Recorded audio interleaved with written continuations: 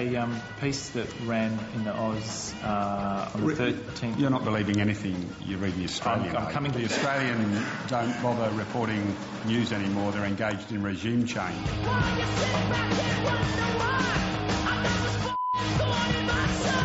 I'm always wonderfully gratified when someone from The Australian agrees with one of my speeches. That's not my normal experience. The Australian continue to print stories that have no basis in fact.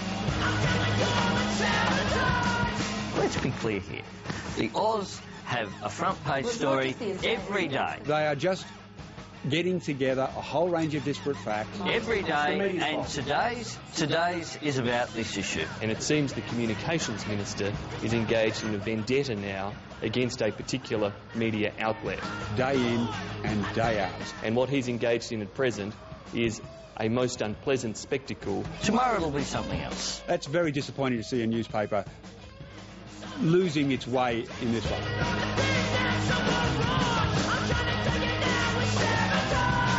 You can't get everybody on side agreeing with you all of the time. Yeah, that's right, yeah. Sabotage, that's what it is. Can the Australians cheer squad and the right be quiet, please?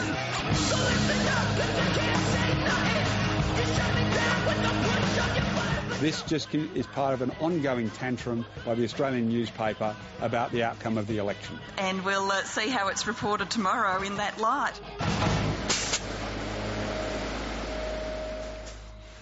OK, enough about the media. Let's go back to the banks now. And here now is Malcolm Turnbull's considered response on whether Joe Hockey was pushing for more regulation. No, of course not. No, Joe's expressing the concern that many people have about high interest rates, and I think all Australians do, in fact. And it's fair enough to be having an open discussion about that. We should be having a debate about it.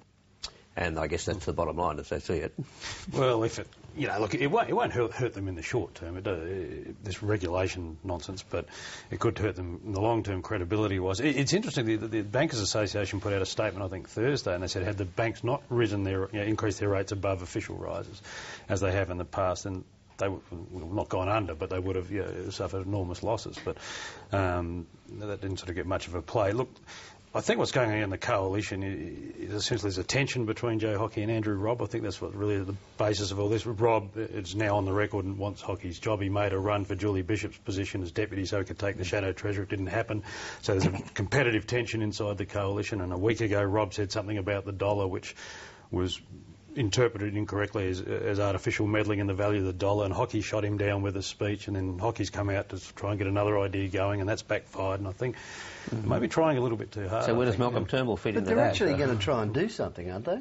I mean, you alluded to it earlier, Dennis. What, the government? No, the opposition. I mean, I don't know what they're going to try and do. I mean, they say they want a social compact, but they don't say exactly what that is. But behind all this, if you put Joe Hockey... But we have got the bank guarantee still in place. Yeah, sure. Yes. But that could be withdrawn. Well, it could be withdrawn. I don't think it will be any time particularly soon. Although there is a real debate going on behind this, and we saw at Senate estimates this week, Jim Murphy, one of the most senior people in Treasury, where he basically said that the Australian Treasury doesn't believe the banks in their arguments about why they're putting interest rates up at the rate they are. He says that the Treasury's view is that they don't really know what the story is, but if the banks aren't getting away with murder, they are at the very least trying it on.